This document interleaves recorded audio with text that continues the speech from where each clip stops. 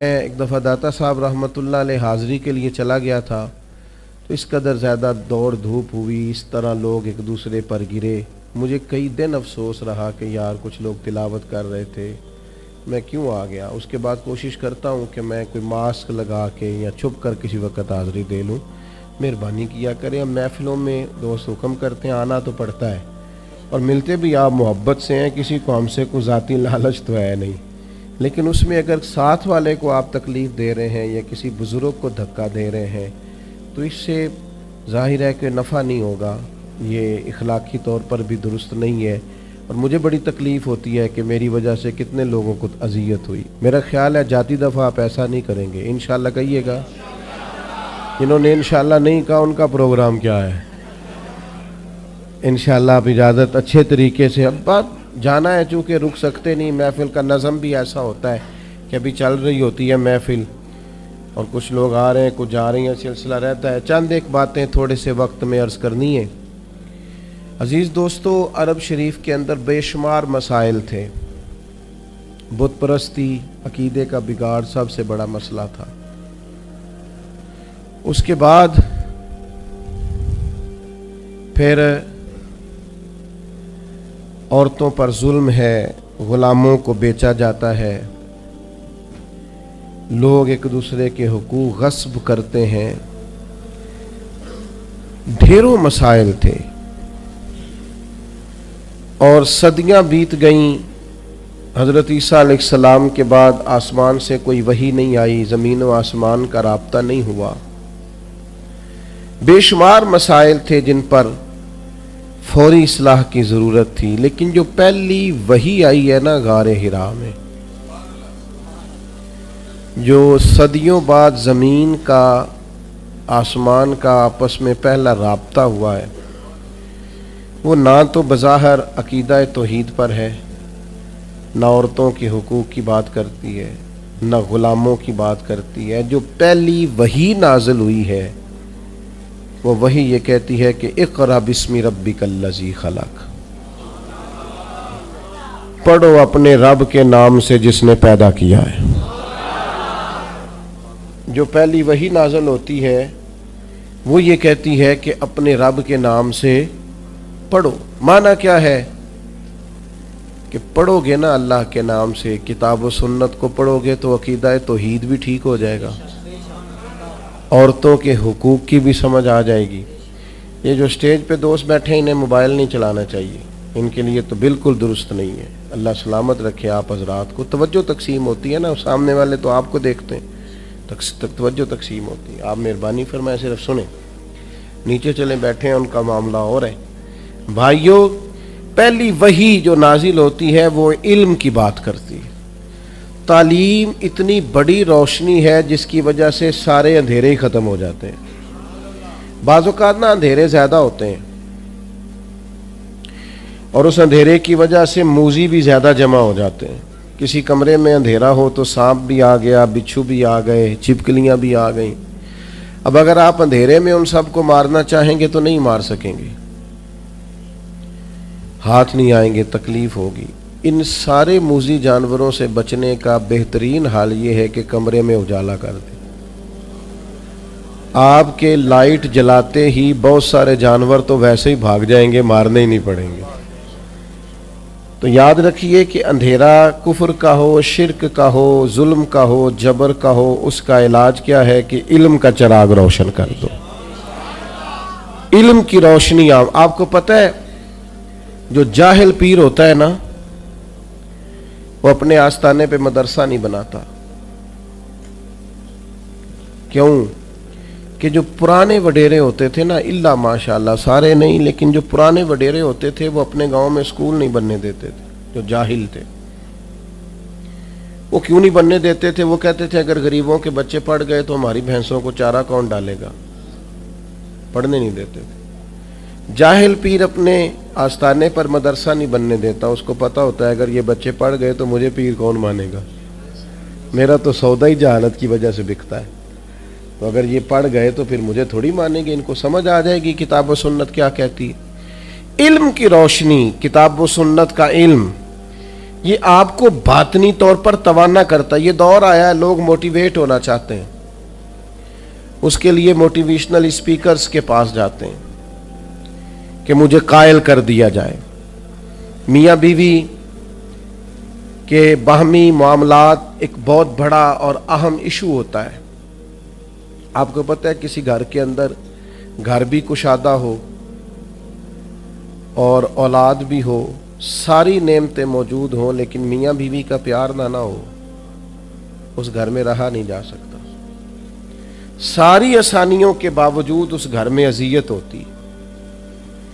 اب اس پر کتابیں لکھی جاتی ہیں, اب تو باقاعدہ سیشن ہونے لگے ہیں, لوگ موٹیویٹ ہوتے ہیں کہ حقوق کا پتہ چلے, ایک دوسرے کے ساتھ گزارا کیسے کرنا ہے. میں کہتا ہوں آپ ساری تعلیمات چھوڑیں, قرآن و سنت سے فیض لیں, آپ کا سینہ روشن کر دے گا. ایک جملہ قرآن مجید کا, ہن لباس لکم وانتم لباس لہن, مرد عورت کا لباس ہے, عورت مرد کا لباس ہے. یہ ایک جملہ قرآن مجید کا, صرف ایک. مرد عورت کا لباس ہے اور عورت, یہ صرف ایک جملہ سمجھ میں آ جائے نا, آپ کبھی غور کریں تو آپ کو اندازہ ہوگا. بڑی باتیں یہاں, بڑے خوبصورت پہلو علماء تفسیر نے چھیڑے ہیں. 3 باتیں عرض کرتا ہوں. علماء نے لکھا ہے مرد عورت کا لباس ہے. یہ دیکھیں کتاب و سنت کے علم کی روشنی کا کیا حال ہے. مرد عورت کا لباس ہے اور عورت مرد کا لباس ہے. فرماتے ہیں پہلی بات یہ ہے کہ گرمی ہو یا سردی ہو, جسم کو موسم کی شدت سے لباس ہی بچاتا ہے. آپ یعنی سخت گرمیوں میں بھی لوگ کہتے ہیں سر پہ کپڑا لے لو تاکہ دھوپ کی تمازت سے بچ سکو. گرمی ہو یا سردی ہو, موسم کی شدت سے لباس بچاتا ہے. تو میاں بیوی بھی ایک دوسرے کو حالات کی شدت سے بچاتے ہیں. یہ اس رشتے کی خوبصورتی ہے. پھر آپ یہ دیکھیں کہ بعض اوقات جسم پر دھبے ہوتے ہیں, عیب ہوتے ہیں, لباس پہن لیں تو سارے چھپ جاتے ہیں. معنی کیا ہے؟ میاں بیوی ایک دوسرے کے عیب چھپاتے ہیں. پھر انسان کتنا بھی خوبصورت کیوں نہ ہو, بغیر لباس کے خوبصورت نہیں ہوتا. اللہ کرے آپ کو سمجھ آئے. لوگ یہ نہیں کہتے بندہ اچھا لگ رہا ہے, کہتے ہیں کپڑے کتنے اچھے لگ رہے ہیں, یہ لباس پہننا ہے, اس میں آپ کتنے سجے ہیں, کتنے پیارے لگ رہے ہیں. دین نے کہا میاں بیوی ایک دوسرے کا لباس ہے. مرد بیوی کی وجہ سے سجے گا, عورت خاوند کی وجہ سے زینت پائے گی.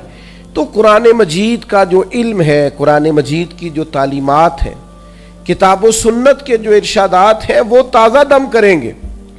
جب تک امت قرآن مجید سے رہنمائی لے گی, جب تک امت قرآن مجید کی طرف رغبت کرے گی, حدیث پاک کی طرف توجہ کرے گی, یہ آسان زندگی گزارے گی. لیکن ہم نا برکت کے لیے تو قرآن مجید پڑھتے ہیں, نئی دکان شروع کرتے ہیں لوگ تلاوت کراتے ہیں نا وہاں. کس لیے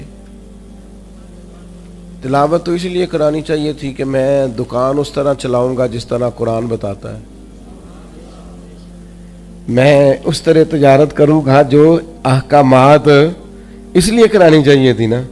لیکن عجیب فلسفہ ہے نا, قرآن پڑھایا جا رہا ہے دکان پہ, اور اگر کام سارے وہ ہوں جو قرآن مجید کی تعلیم کے مخالف ہے تو برکت آئے گی قرآن پڑھنے سے؟ آپ تجارت اس طرح کریں جو تعلیم قرآن ارشاد فرماتا ہے. آپ صرف برکت دیکھیں جی میں نے نیا مکان بنایا ہے تو قرآن پڑھا لو, کس لیے؟ آپ یہ بتائیں کہ آپ نے مکان اسی طرح بنایا نا حلال پیسوں کا جو قرآن بتاتا ہے. آپ اس میں زندگی اسی طرح گزاریں گے جو قرآن تعلیم دیتا ہے. تعلیم قرآن کے مطابق قرآن کہتا ہے یا ایھا الذین آمنوا قوا انفسکم واہلیکم نارا, اے ایمان والو خود بھی جہنم سے بچو اور اپنے گھر والوں کو بھی جہنم سے بچاؤ. یہ قرآن مجید گھر بتانے کا طریقہ بتاتا ہے کہ کوئی ایسا کام نہ کرنا جو دوزخ میں لے جائے. تم نے خود بھی بچنا. حضرت عمر رضی اللہ تعالیٰ عنہ نے یہ آیت نازل ہوئی تو نبی کریم علیہ السلام سے پوچھا یا رسول اللہ اس کا معنی کیا ہے؟ خود بھی دوزخ سے بچو اور اپنے گھر والوں کو بھی بچاؤ, اس کا کیا معنی ہے؟ تو نبی پاک علیہ السلام نے فرمایا عمر اس کا معنی یہ ہے کہ جن چیزوں کا اللہ رسول تمہیں حکم دیتے ہیں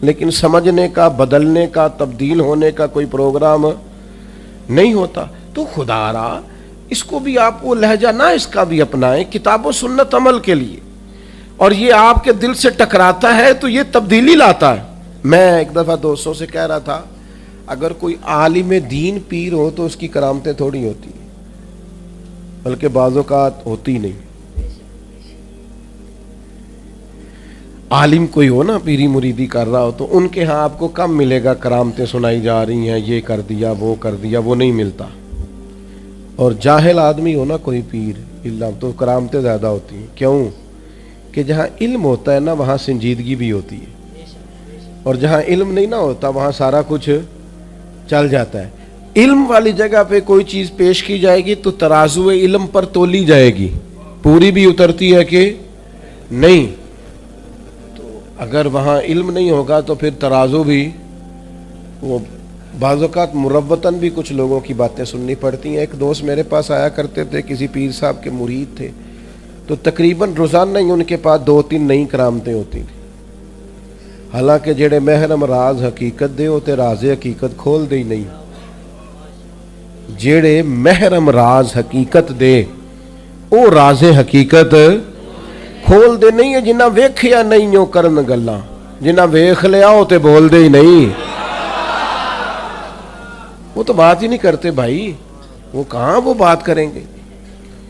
تو وہ اکثر 3-4 کرامتیں روز سنا دیتے. کچھ وقت اب بعض کچھ چیزوں پہ میں تنبیہ بھی کرتا کہ یہ اس طرح نہیں ہے، لیکن بہرحال بعض اوقات مروتاً بھی کچھ چیزیں سننی پڑتی ہیں. پیار سے سمجھاتے بھی لیکن وہ سن لیتے. کچھ عرصے کے بعد ایک دن مجھ سے وہ مسئلہ پوچھنے آئے، کہنے لگے کہ وہ اس طرح بھائی نے طلاق دے دی ہے تو اس میں کوئی مسئلہ بتائیں. تو میں انہوں کیا پیرانوں پوچھ جنہیں دیا 2-3-4 کرامتیں روز تو سناتا ہے ان سے پوچھو مسئلہ بھی. کہنے لگا جی انہوں نے تو نہیں نا مسئلے ہوندے، وہ کہنے نے کسی عالم نے پوچھتے. میں کہ وہ جاہلی، کرامت اس کی ہر روز نہیں تیار ہوتی ہے اور مسئلہ اسے سادہ سا بھی نہیں آتا. تو میں نے کہا اس سے پوچھ کیا ہم نے پروڈکٹ تیار کی، کیا مزاج بنایا ہے. ویسے ہمیں سارا پتہ ہوتا ہے جوتے کہاں سے ٹھیک ملتے ہیں، پتہ ہوتا ہے کہ جناب سوٹ کہاں سے اچھا ملتا ہے، سلائی کون اچھی کرتا ہے، تو دین کون اچھا بتاتا ہے یہ بھی تو ہمیں پتہ ہونا چاہیے نا. کون سا پیر ہے جو عالم ہے اور عامل ہے، ہمیں علم ہونا چاہیے. تو میں نے زیادہ باتیں نہیں کرنی، وقت بہت زیادہ ہو گیا اور موسم میں بھی کچھ باہر آج شدت ہے، اور آپ بھی میں دیکھ رہا ہوں کچھ دوست سب اندر بیٹھے کچھ گرمی اور گھٹن بھی محسوس کر رہے ہیں. تو میں نے اپنی بات کو سمیٹنا ہے. عمل کریں، ایک تو قرآن و حدیث کو صحیح طور پر پڑھیں اور زندگی عمل والی بنائیں. جب کوئی بات رب رسول کی پہنچ جائے پھر وہ عمل کے لیے، اس پر پھر ہمیشہ بڑا مشکل کام ہوتا ہے. اپنے ملازم کو بھی اسی طرح کا جوڑا پہنانا جس طرح کا بندہ خود پہنتا ہے. لوگ جب پرانے کپڑے اتار کے کسی کو دیتے ہیں تو کہتے ہیں اجے نویں ہی نے، حالانکہ جی نویں ہی ہوندے تو دینے کوئی نہیں ساسو، ایسے ہی بول رہا ہے جان بوجھ کے. اور پھر ہمارے زمانے میں تو جس بیچارے کے پاس ڈرائیور رکھنے کے پیسے ہوتے ہیں اس کی یہ بھی خواہش ہوتی ہے کہ میری گاڑی کا دروازہ بھی ڈرائیور ہی کھولے. حالانکہ اتنا بندے کو کمزور نہیں ہو جانا چاہیے، لیکن بس ذہن بن جاتا ہے نا. یہ بڑا مشکل مرحلہ ہے کہ آپ اپنے ملازم کو، اپنے خادم کو بھی اس لیول کا کھانا پینا پہننا دیں جو آپ پہنتے ہیں. یہ آسان نہیں ہوتا، لیکن ایک مقام پہ صرف نبی کریم نے حضرت ابو ذر غفاری سے کہا، فرماتے ہیں میں نے کسی غلام کو ڈانٹ دیا تھا تو محبوب نے فرمایا یہ تمہارے بھائی ہیں بھائی، جیسا خود کھانا ویسا انہیں بھی کھلانا، جیسا خود پہننا ویسا. تو ایک دن حضرت ابو ذر غفاری اپنے غلام کے ساتھ باہر نکلے تو آقا اور غلام نے ایک طرح کے ایک لیول کے لباس پہنا ہوا تھا. تو ایک شخص نے کہا ابو ذر یہ تو یہاں رواج نہیں ہے. فرمایا کیا کروں، پہلے نہیں تھا، اب مدینے والے کا کلمہ جو پڑھ لیا ہے، اب ہم بدل گئے ہیں، ہمارے انداز بدل گئے ہیں، اب ہماری زندگیاں عملی زندگیاں. اب ہم کوشش کرتے ہیں کہ ہم وہ سارا کچھ اپنائیں جو اللہ رسول ہم سے مطالبہ کرتے ہیں. عزیز بھائیو یاد رکھیے گا، ہمیشہ زندگی عمل سے بنیں گی۔ آپ خالی باتیں کریں، سارا دن کریں، کسی کو کیا اثر ہوتا ہے؟ اور پھر آپ تجربہ کر کے دیکھ لیں، آپ جو کہتے ہیں وہ نہیں کرتے بچے وہ کرتے ہیں جو ہم۔ نماز کیا ہے؟ وہ بھی مصلی میں آپ کے ساتھ آگے کھڑا ہو جائے گا۔ وہ کئی دفعہ دادا کو نانا کو سجدہ نہیں کرنے دیتا، آگے لیٹ جاتا ہے، وہ بھی سجدے کر رہا ہے، اسے پتہ نہیں کس سمت سجدہ کرنا ہے، لیکن جو آپ کرتے ہیں بچے بھی وہ کرتے ہیں۔ عملی زندگی میں آپ نے چلو کبھی کہا ہوگا گھر میں کوئی مجبوری ہوگی، کسی مجبوری کے تحت آپ نے کہا ہوگا بچے سے کہ باہر جا کے کہہ دے میں گھر نہیں۔ ایک دفعہ آپ نے جھوٹ بلوایا بچے سے، پھر آپ ساری زندگی ترسیں گے اپنے بچے سے، کہیں گے پتر میرے ساتھ تو سچ بولا کر، لیکن وہ دوبارہ سچ کیوں؟ کہ آپ نے اسے عادت ڈالی ہے جھوٹ کی۔ میرے بھائی، کتاب و سنت کو پڑھیں اور عمل کے لیے، عملی زندگی میں نافذ کرنے کے لیے۔ بس بات سمیٹتا ہوں، حضرت مولا علی شیر خدا رضی اللہ تعالی عنہ بازار چلے گئے، اپنے غلام کو ساتھ لے گئے، 2 جوڑے خریدے پہننے کے لیے، ایک ذرا مہنگا تھا ایک سستا تھا۔ غلام کہتا میں سمجھ گیا مہنگا آقا کا ہے اور سستا غلام کا، ایسے ہی ہوتا ہے نا جی۔ فرماتے ہیں تھیلے میں کپڑے ڈال لیے، شاپنگ کرنے کس کے ساتھ گئے؟ غلام کے ساتھ۔ مولا علی کس کے ساتھ گئے؟ ایک مشورہ دوں آپ کو، غلام کے ساتھ نہ جائیں، ابا جی کے ساتھ جائیں۔ دوستوں کو فون کرتے ہو نا، آج روٹی نہ کہیں کٹھے کھاواں گے، کدی کدی ابا جی نو فون کرو، ابا جی آج میرا دل بڑا کردا ہے، تسی کھانا نہیں کھانا جنی دیر میں نہ آواں، مجھے امید ہے اس دن آپ کا باپ دوائی نہیں کھائے گا، اس کی طبیعت ٹھیک ہو جائے گی۔ اماں سے فرمائش کریں کہ اماں جی میرا بڑا ہی دل کرتا ہے آج روٹی آپ نے پکانی ہے، میرا دل کر رہا ہے۔ آپ یقین کریں اماں بڑی بوڑھی اور بیمار بھی ہوگی تو طاقت آ جائے گی۔ میرے بیٹے نے کہا لیکن ہم نے سارا وقت ہی یاروں کے لیے رکھ لیا ہے، ماں باپ کو خرچہ نہ دو، ٹائم دو، چھوٹے چھوٹے مشورے ابا جی سے کیا کرو، چھوٹی چھوٹی باتیں اماں سے پوچھا کرو۔ اماں جی سے کبھی کہیں، ابا جی سے کہیں کہ آپ میرے ساتھ چلے نا بازار میں کپڑے پسند کرنے، تو ان کو تازگی ملے گی، سکون آئے گا۔ حضرت مولا علی غلام کے ساتھ گئے، ایک مہنگا ایک سستا 2 جوڑے خرید لیے، واپس آئے، رستے میں وہ خاص مقام آ گیا جس مقام پہ حضرت مولا علی نے اپنے کاشانہ نور پہ جانا تھا، غلام نے اپنی خوابگاہ میں اپنے گھر جانا تھا۔ حضرت علی فرمانے لگے بھائی وہ میرے والا سوٹ دینا، اس نے وہ مہنگا نکال کے دیا، تو حضرت علی فرمانے لگے یہ نہیں میرا تو وہ دوسرا ہے۔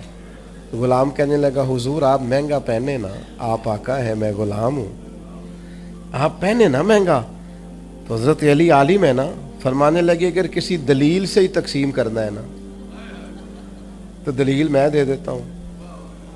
کہا جناب کون سی؟ فرمایا اگر دلیل سے ہی بانٹنا ہے تو تو مہنگا پہن لے، تو جوان ہے، اور میں سستا پہن لیتا ہوں، میں بوڑھا ہوں۔ چلو دلیل سے ہی تقسیم کرنا ہے تو یوں کر لیں، عمل والی زندگی، کردار والی زندگی، باتیں تھوڑی بھی ہو جائیں، تقریریں تھوڑی بھی ہو جائیں، گفت و شنید تھوڑی بھی ہو جائے، پر دوستو عمل۔ اور میں نوجوانوں سے بالخصوص کہوں گا اگر آج آپ نے سچ بولنا شروع نہ کیا تو پھر آخری عمر تک سچ کی عادت نہیں ہوگی۔ آج خوددار بنے، عزت نفس کا مزاج بنائیں، جو آپ کا ہے صرف اسے ہی لیں، قناعت پسند بنے۔ آج بنیں گے تو بہتری آ جائے گی، لیکن اگر آج آپ پابند نہیں ہیں سچائی کے، دیانتداری کے، نماز کے، تو پھر بعد میں یہ ضروریات کبھی بھی آپ کو حاصل۔ اپنی زندگی کو ایک خوبصورت رول ماڈل بنائیں، اچھا نمونہ بنائیں، آپ ایک زبردست شہری بنیں، گفتگو میں نہیں، مہنگا موبائل رکھنے میں نہیں، اعلیٰ کپڑے پہننے میں نہیں، بننے سنورنے میں نہیں، کردار میں، اخلاق میں، اطوار میں اپنے آپ کو بہتر کریں۔ میں زیادہ بات بھی کر سکتا تھا لیکن میں کیفیت سمجھ رہا ہوں ماحول کی کہ یہیں پر مجھے اپنی گفتگو کو سمیٹنا چاہیے۔ اللہ کے حضور دعا ہے اللہ ہماری حاضری کو قبول اٹھے نہیں جی ابھی